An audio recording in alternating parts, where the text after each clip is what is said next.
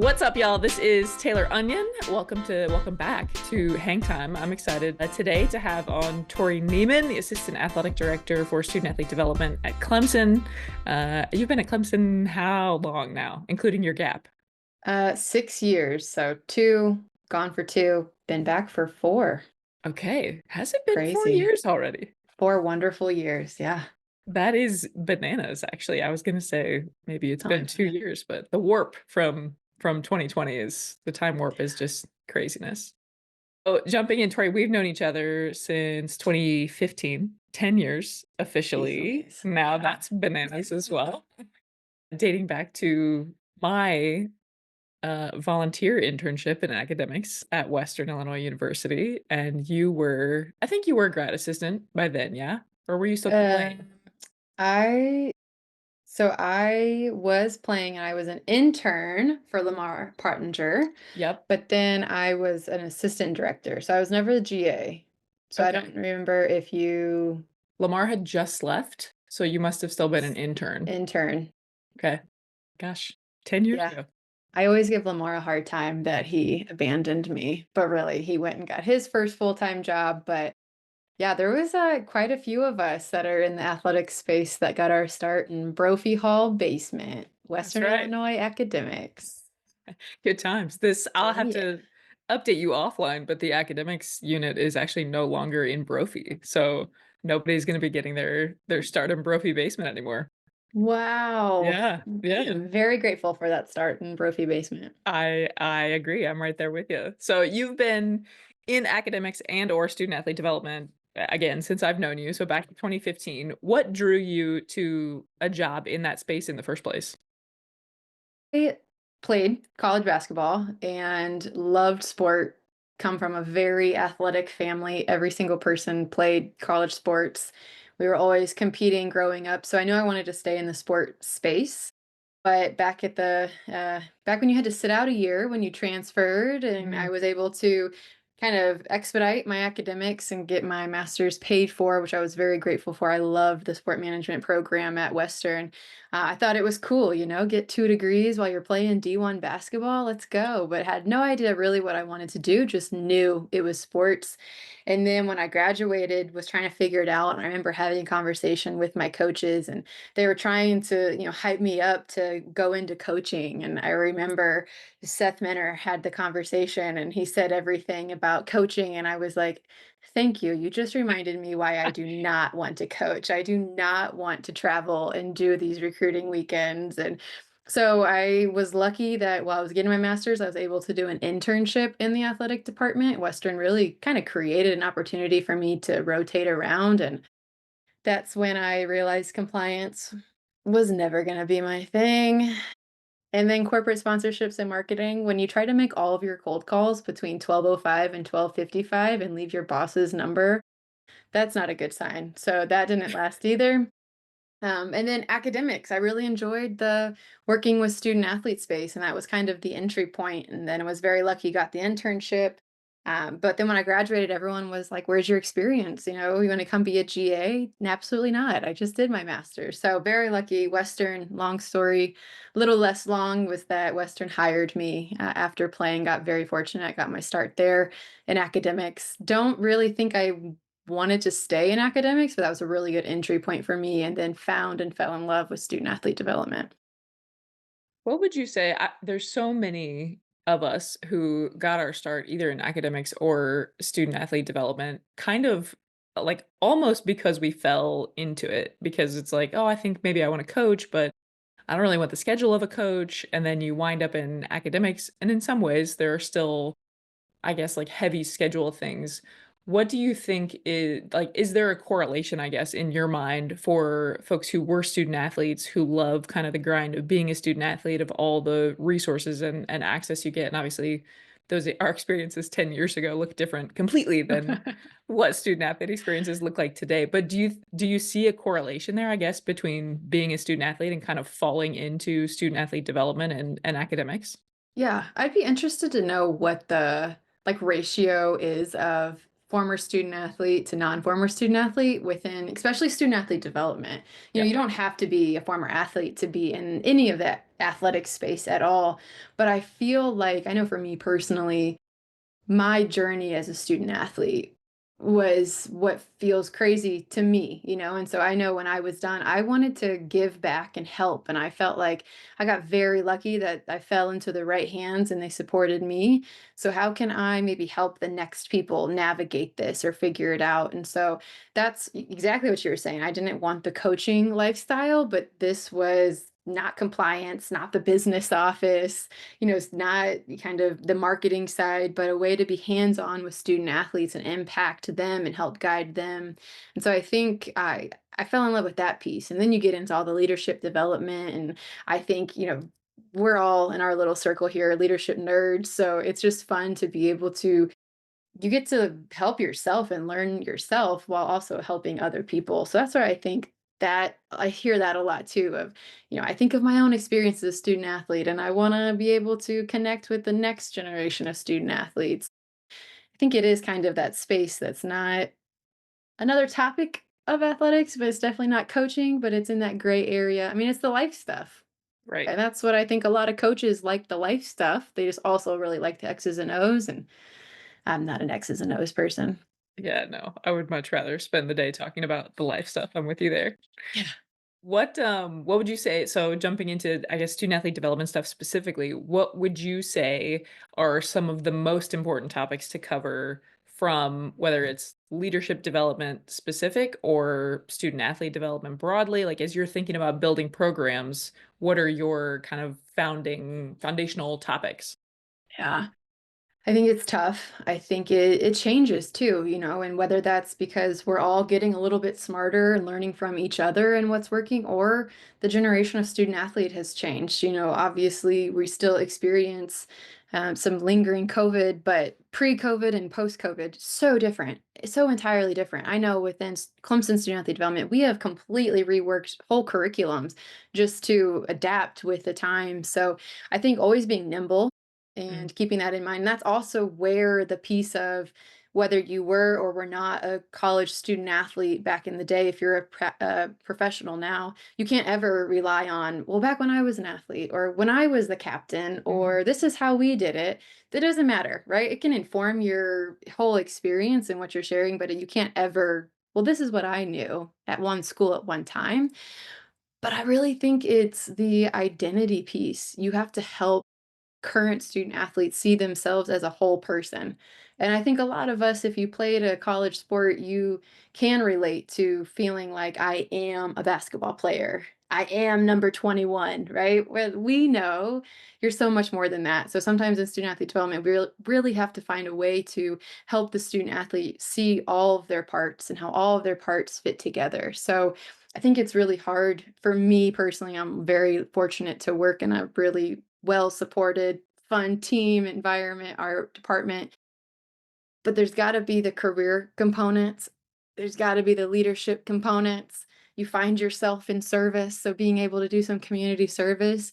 But I don't think you can really focus on one thing without focusing on the identity piece. If we aren't building the confidence and the competence within our student athletes, it really doesn't matter. And right. whether it's through a career event or a leadership academy, you should always be building on identity, confidence, community. And I think when you can build those things within a student athlete, that's when you're setting them up for success. Every student athlete needs something different. I know I serve 600 here at Clemson. There's no way I can give everyone everything that they need, but I like to really focus on kind of that confidence, community, competence piece within identity. I think the identity stuff is so interesting, right? Because it's not just for student athletes, and they're so, like, it's not applicable, I guess I should say, to just student athletes because there's so many things they talk about, veterans and kind of the stuff that they go through in terms of an identity transition from serving until their life after, or retirees when they get to the end of their career and retire from, corporate America or whatever it is, and just the transition that they go through. The identity piece is so vast, but then there's also, like, the core foundation. Like, how do you get somebody to just sit and think about themselves and the environment in which they grew up in and the environment in which they're in on campus and within their team? And it's like a I'm thinking of, like, the It's a little lot. egg, like, the Russian dolls that are Yeah. stackable, and then there's, like, so many things, but so many things that come in as well. I just yeah, I could spend all day talking to you about It's identity complex, development. yeah. Yeah, it is, it's crazy, but to your point, I think that's the like, when you're thinking about, "Okay, how do I serve 600 student athletes on a daily basis?" The thing is to give them the skills for self-exploration and for identity development so that they can then come to you and say, "Hey, I was thinking about, you know, what you said, XYZ, and I actually think I need help with this more specialized topic," whatever it is. So it's so interesting. Would you, I don't want you to share your secret sauce, but would you share Oh. maybe an overview of your programming at Clemson and what does that look like for those 600 student athletes? Yeah, we have 4 core values in how we operate in our unit. We have a wonderful team. Equip, connect, collaborate, and serve. And we're intentional in everything that we do. So every decision we make, how we carry ourselves, how we schedule our day, how we program our year, we're intentional in how we equip our student athletes. How are we connecting? I mean, we bring in over 200 professionals throughout the year to connect with our student athletes. And that's just on campus. I think off campus, we meet with another 75 or so. And then how are we collaborating? Whether that's with teams, with on campus, with off campus people, with community service partners, or with student athletes. How are we collaborating to support them? And then how are we serving them? Serving their hearts, serving their needs, whatever it may be. How do we intentionally do those things? So having that lens really helps us. And we start every single staff meeting with each person sharing one way they lived out one of those values in the last week. So always keeping those things at the forefront. And then for us, we have kind of 4 pillars: career, leadership, personal development, and then community service and outreach. So, community service, of course, getting out, engaging with the community. We run a mentorship program with an elementary school. Our student athletes meet weekly. I think we have around 25 student athlete mentors. And what I like about a lot of our programs is we don't handhold. We set it up, we prep the student athlete, they have all the information, and there's a conversation that, "Hey, somebody's expecting you." And that's life, right? And they may not get it Right. right all the time, they do most of the time, and so they're doing these things on their own. They're going out, we don't go with our student athletes to community events, right? If they Mm, sign up, they can handle it, they wanna do it, that's how they learn. So we do that. We do some different events throughout the year. We just hosted a big field day. We had over 425 young kids from the community that came out and interacted with our 100 plus student athlete volunteers. The personal development piece is your financial literacy. We do a lot of healthy relationships, gender violence prevention, education, and talks. If there's different community building activities, we'll get groups of student athletes together, offer up different social events just to bring them in and not program it, try to just hold space. And then, of course, our career and leadership development is pretty programmed out.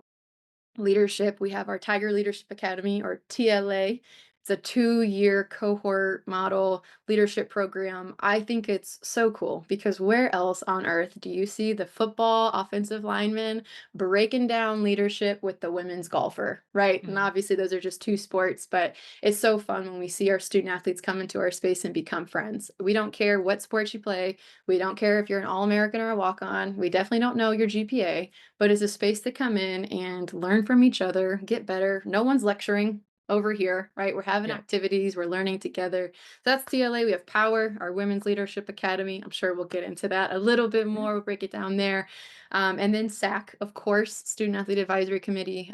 Ashley Person on my staff has done a really nice job kind of modeling SAC after student government and how it's ran on campus. So it's pretty cool to see some new efficiencies and processes come in elections, and it's not just a group of student athletes hanging out once a month, but it's a really cool little organization.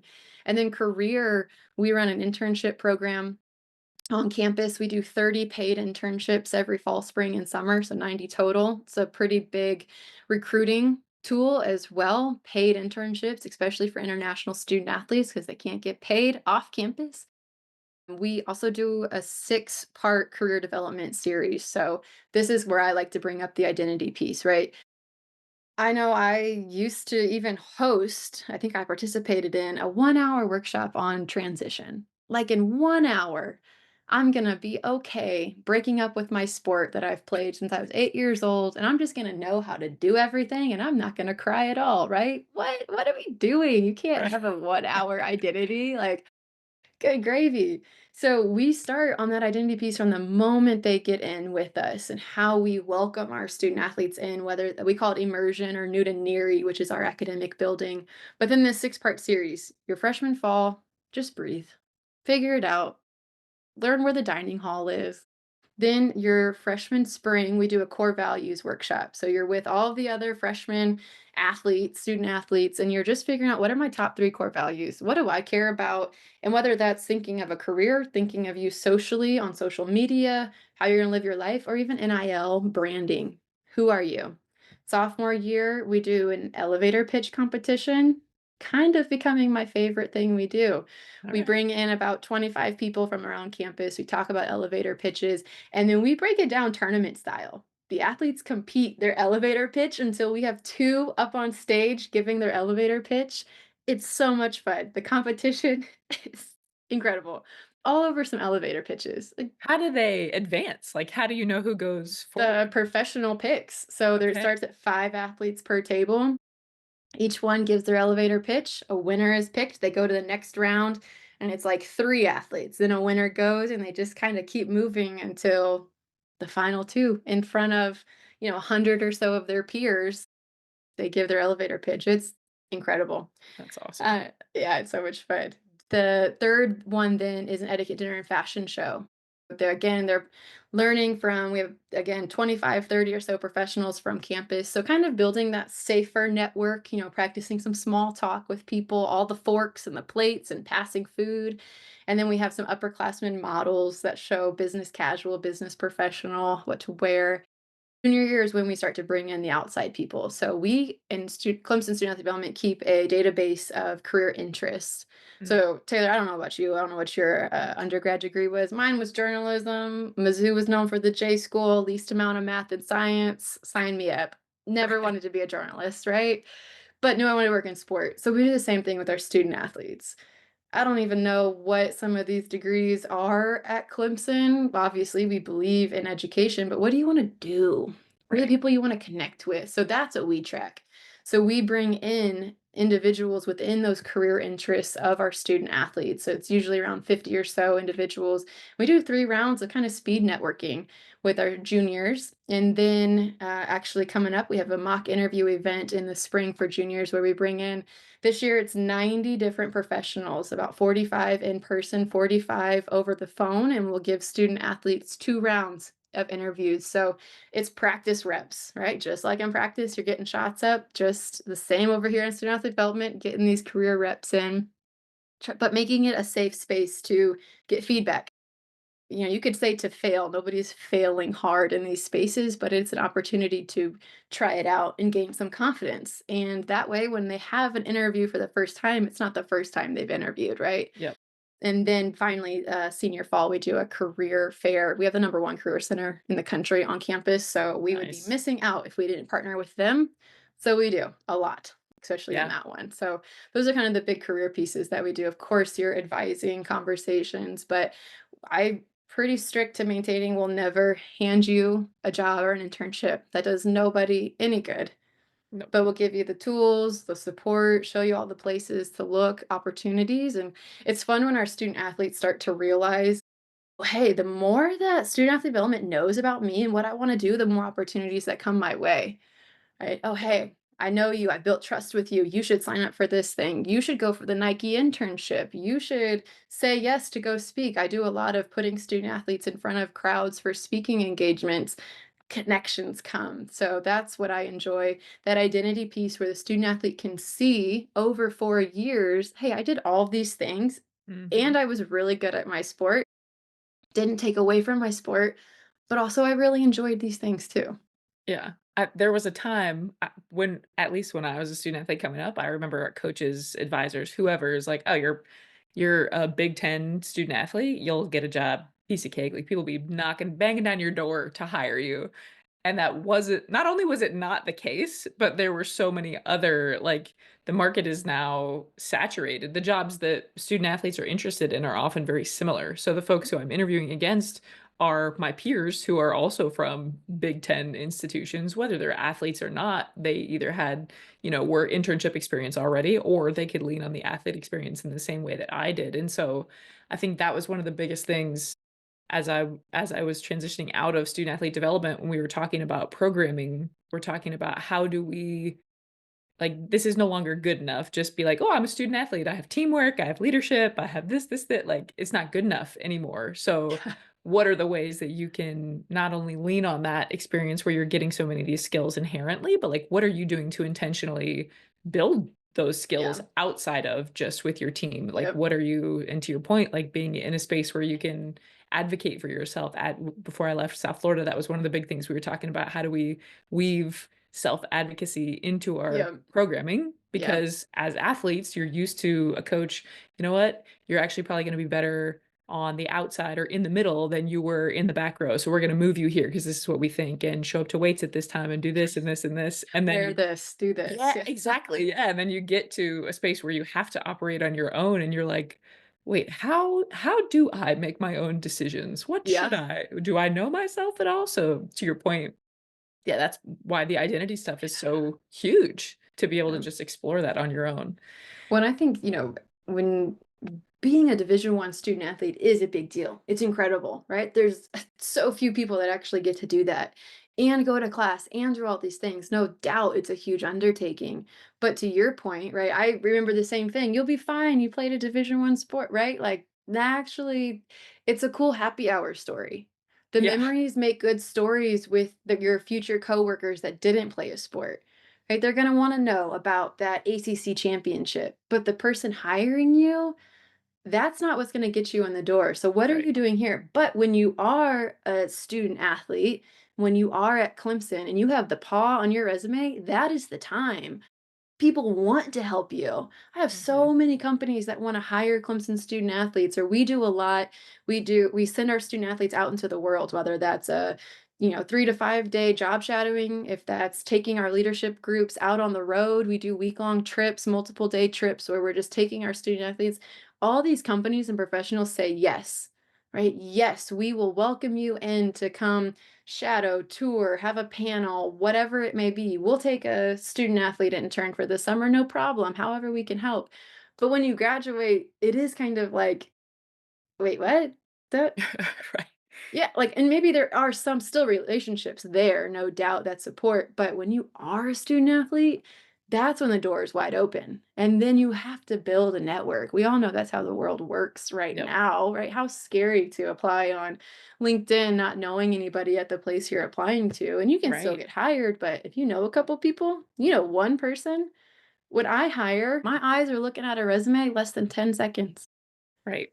I have a stack of 300 resumes. I can't look at every single word, Yep. but I'm looking at the bolded pieces, a couple of things, and then it's on to the next. But Right. if you, Taylor, tell me, hey, you should just take a look at this person's resume, I'm going to spend a little more time on it. But having that one person to say, look at their resume makes all the Right. difference. Even now with the introduction of AI, sometimes your resume is being combed out before you even Yes. have a chance to get somebody's eyes, a human's eyes on it. And Yep. so to your point, to have that person who can reach out and say, "Hey, this is going to be coming through, be on the lookout for, this person's name. I worked with them at such and such and recommend them," whatever. Like that goes so much farther than your resume could be great, but if it doesn't hit the keywords that the job description wants, you could be bumped out before you even get a chance to talk to a Yep. human or to have them be aware of your name. Absolutely. Yeah. So you touched on Power, the Women's Leadership Academy. Let's dig into that. So what exactly is Power? Obviously focused on leadership, but tell us about that. Power is a women's leadership academy, a program where we have a year-long kind of curriculum program comes in, 20 female student athletes join it. They apply, they interview, they're, kind of selected and get kind of the coach saying, yes, this would be a great person. We have every female sport here at Clemson represented. We do 8 sessions on campus and we really focus on ownership. And that's a big one of confidence, community competence there as well. We're really not talking about sports, right? And the other piece of student athlete development is it's not my job to tell the soccer player how to do soccer and be a soccer captain better. My job is to help that person who happens to play soccer be a better human, be a better leader. And I hope they apply it in all areas of their life. So that's kind of all of our programs. So within Power, really focusing on, we use Strengths Finder a lot, how do you articulate and use that language as women, especially, and how do we own our strengths and be confident and proud of what you're really good at, but also being aware of the shadow side of those strengths, burnout, or how somebody may use your strengths against you. We talk a lot about presence and networking and navigating spaces and being who you want to be. And our careers may be different, and going back to coaching, you can wear sweats every single day when you're a Right. coach, right? That's not the life I want. I kind of enjoy business casual. So we talk about Mhm. that. What space do you want to live in for the rest of your life? We talk about using your voice and storytelling and advocating for yourself and handling the hard things that come about, whatever it may be. So, a lot of those workshops, they're learning from each other, they're talking, they're practicing saying things out loud, building the confidence, seeing that they are nowhere near alone in that. And we have about 6 staff members that are in that space with them, 4 fully immersed at the tables with the student athletes, and then 2 of us facilitating. So we do those 8 programs. Then we take a week-long trip. So we went to Portland, Seattle last year, Chicago the 2 years before. We're going to Kansas City, my home Yeah. state, this summer. And we just reach out to different organizations and companies through contacts and friends and friend of a friend and who knows who at this company or a random LinkedIn post that people respond to. And so we go and we tour places, we do networking events, we get to throw our student athletes into the world. You were talking about it earlier. When you're a student athlete, you're told bus leaves at 8, wear your gray travel suit, smoothies are there, don't forget this. We already packed your uniform, so just, Mhm. be there, games tomorrow. Send the student athlete the itinerary, we give them a packing list, and we're going. The Yep. end. I don't send reminders. I'm not getting food for you, right? Here's your per diem. We were here to support, of course, but they love it. They love the autonomy where they get to see themselves as young professionals out in the wild, in Chicago, in Seattle, and they can learn. And what I love too is showing them spaces and hearing when we come back on the bus or we're traveling back home, I never wanna work in a cubicle, or I never wanna live in a big city, or, "Oh my gosh, I need to be in a big city," or, "Gatorade, that was so cool. I didn't know they had workspaces like that." Like, we went to Nike. It's a whole college campus is what Nike Mhm. is, right? So to show them spaces that aren't my office or their coach's office is impactful. And then I think the coolest part, we close the circle, the student athlete becomes the teacher. They facilitate a half day women's leadership summit on campus. We had 125 men and women that attended last year, where again, student athlete isn't teaching these topics, but they're facilitating a conversation around the topics that we covered throughout the year. So they learned them, they went and practiced them, and then they came back and they shared and they taught them with their peers and others. So it's a really cool way. I think the work that we do is so hard to show the impact without hearing stories, or if you can't watch it from start to finish. I'm trying to figure out how to quantify this, but our student athletes, when they start in August, September, and they're shy and they don't really know, and they're, slow to use their voice. And then by the end, they're leading a whole conference for 125 other people and they're crushing it with so much energy and poise. I'm like, this is incredible. Just by being in a space where you're supported and challenged, sky's the limit. And it's so cool. We've seen student athletes go out, they're crushing it in the real world. They're still friends with each other, making friends outside of their team, so important. Yep. So it's just really cool to be a part of something now in year 4 and know that it works for our student athletes. We spend so much time in student athlete development and leadership development trying to figure out how to quantify the work that we do because phrase that I always say is like, it's so floaty, right? Like Yeah. there's no there's no way to put a number on or really track truly on paper the success of what's happening because it is so qualitative. And that's okay. Like, when I was going through my the process with my dissertation, I feel like I had to lean into that so hard because it's like the feedback that you're getting and the from a coding standpoint, to be able to figure out, okay, where are the patterns that I'm seeing? How can I code this in a way that's then going to make sense qualitatively and show essentially, like, what do I have to show for my work? Yeah.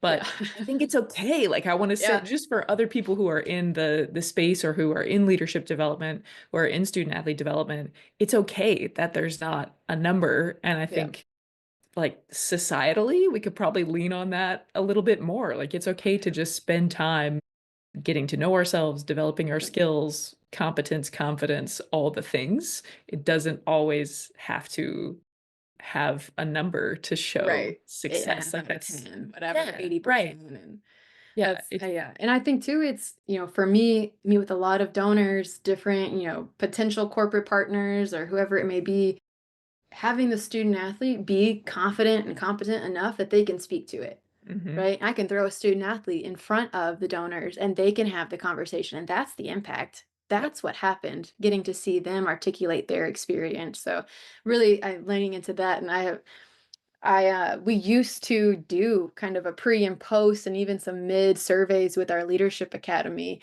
And one year I noticed, I'm like, we get worse. Our student athletes were, pre-testing the leadership academy at a higher rate. Then when they finished TLA, their scores were lower. Granted, we figured it out. They thought they knew emotional intelligence. They yep, thought they knew what they were doing. They thought they had no issues with communication. And then when we dig into it, we're like, oh crap, having hard conversations is really hard.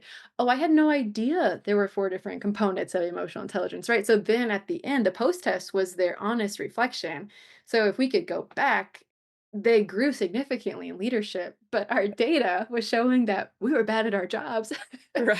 So we scrapped that assessment. It turned into really good one-on-one conversation opportunity, but we kind of laugh about like, okay, we have to scrap all of this assessment. And of course, we do you know, do you feel confident in this skill, or was this helpful? We definitely do some pulse checks after all of our programs, but when we were really thought we were onto something with the pre and post test and we were going to figure out the rate at which they grew, we are like, we look not good Right. at our jobs.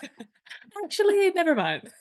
One of one of my not one of our one athletic trainer when I was in college said something so profound, which at the time we were like, okay, Randy, whatever you say. And now looking back, he said, the more you know, the less you know. And Yeah.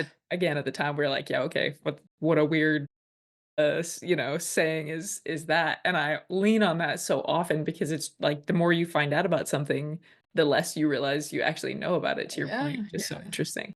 So, with power specifically, did y'all start this before you left the first time, or this has been introduced since you've been back?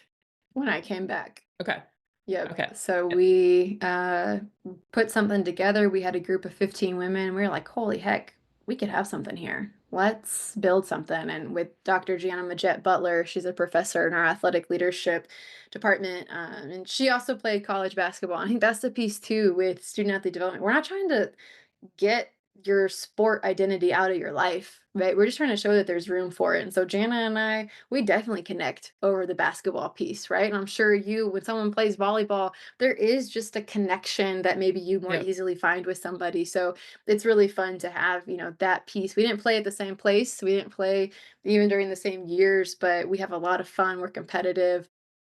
But we got this group together and we're like, Leadership Academy. Wait, we don't want it to end in April or May. Let's take a trip. Oh, this is working. I don't want this to end. Let's host a summit. See who comes. We had 75 people our first year, 125 in year 3, and we really haven't even opened the doors yet on it. I think this thing could keep getting bigger, and so that's where it's just really cool when you're in a place, and like for me, it's Clemson, that supports you and tells you to go bigger and challenge yourself to build something. And I think too, if there's other people, that I get a lot of people that want to know, how'd you do it? What do you I'm happy to share, but it has to be intentional for you. I'm able to build because of what we have at Clemson, what my Mhm. staff is able to provide, who we have as alumni, donors, supporters, connections, and what our student athletes need. That may look very different at a school in the Midwest or at a school on the West Coast. Power 4, D2. It could all look different. So I think too, we are very intentional. And our programming, it changes. Topics have changed. We've put some in, we take an activity out, we try something different. Sometimes we try things and it didn't really land. I think that's the other thing is sometimes people are so scared to try something. As long as you know why you're trying it and you're intentional in the activity you selected, the questions you've asked, where it's placed, that's all you can do is try, and sometimes Yeah. it's a hit, and sometimes the thing that you thought wasn't gonna be that great is, like, the thing, but you try and you adapt, and some things that Jan and I have loved, student athletes weren't that crazy about it, cool. Put my ego aside, we'll try something different next year. Yeah, I think that that piece of it is so interesting, and I think to folks who are developing programs, like, the biggest thing I can say, to your point, try stuff, but also get active feedback from, like, that's the thing Right. with our the leadership academy, we built at South Florida was, like, this is a living, breathing thing, so our first year cohort, like, we wanna talk about it. What did you take from this session? What did you not appreciate about it? What did you like, how did you build over the course of time? And what do you think we should tweak here, here, or here? What does it look like? But so often I think when we're building programming, we think, oh, I have to be perfect and I have to get it done now.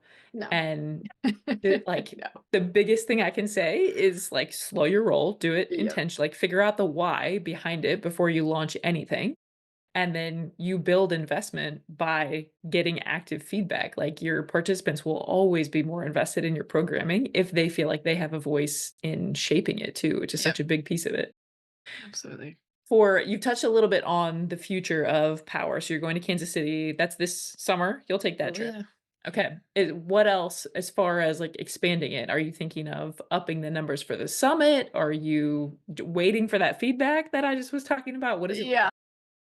All the things. We are trying to grow the summit every year. That's kind of one that we, incrementally want to see grow each year and how we can touch more people and create a really high end experience for our student athletes. And that's another piece of it, right? When you're a professional, you're going to these conferences, you're doing these things, you don't really see that when you're a college student. So trying to create those types of environments as well for our student athletes. We are very lucky. We're fully donor funded in Mm, Power. We have incredible donors that give their time, talent, and treasure. And so, also being able to, while it may not be within Power, specifically the program, but support for female internships, job shadowing experiences. So, trying to encourage that support and participation within the experience of being a female student athlete. So we're trying to expand. It's tough. I wish that we all had the bandwidth to run a million different leadership academies, but we've really found 20 to be kind of the max. 18 to 20 is really the sweet spot within a cohort.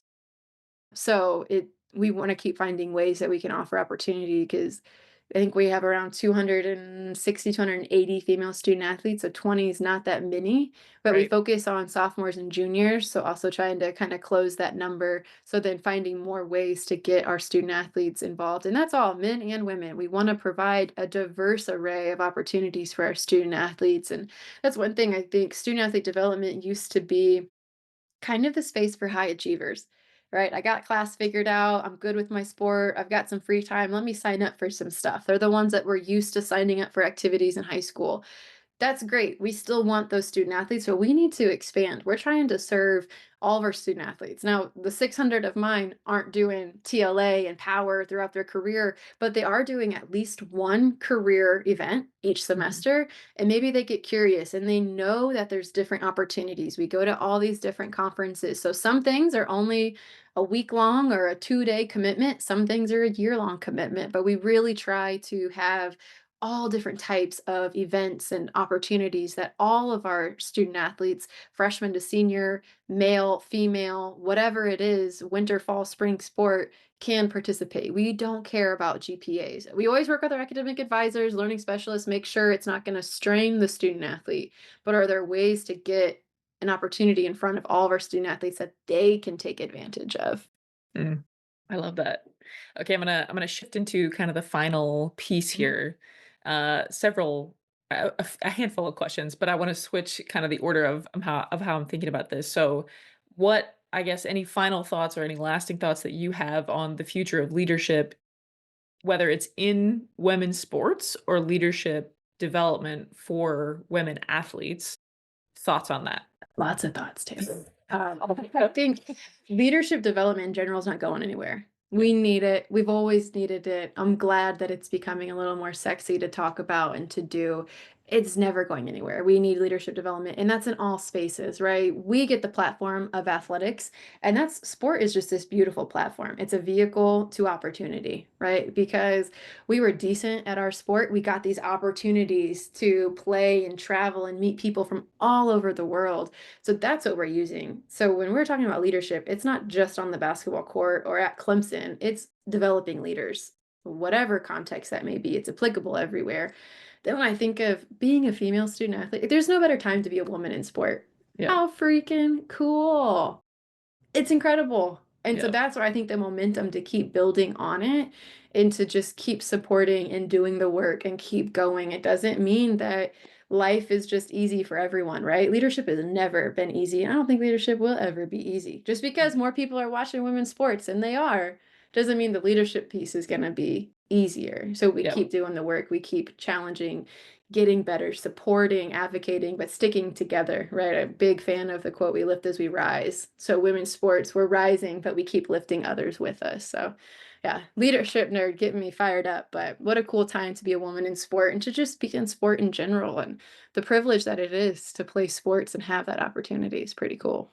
yeah, absolutely. We could go another hour just Oh talking yeah. about leadership in general, but Yeah. I'll shift into kind of the final piece here. So, if you could get some hang time with any woman in sports, who would it be and why? Taylor, that's so tough.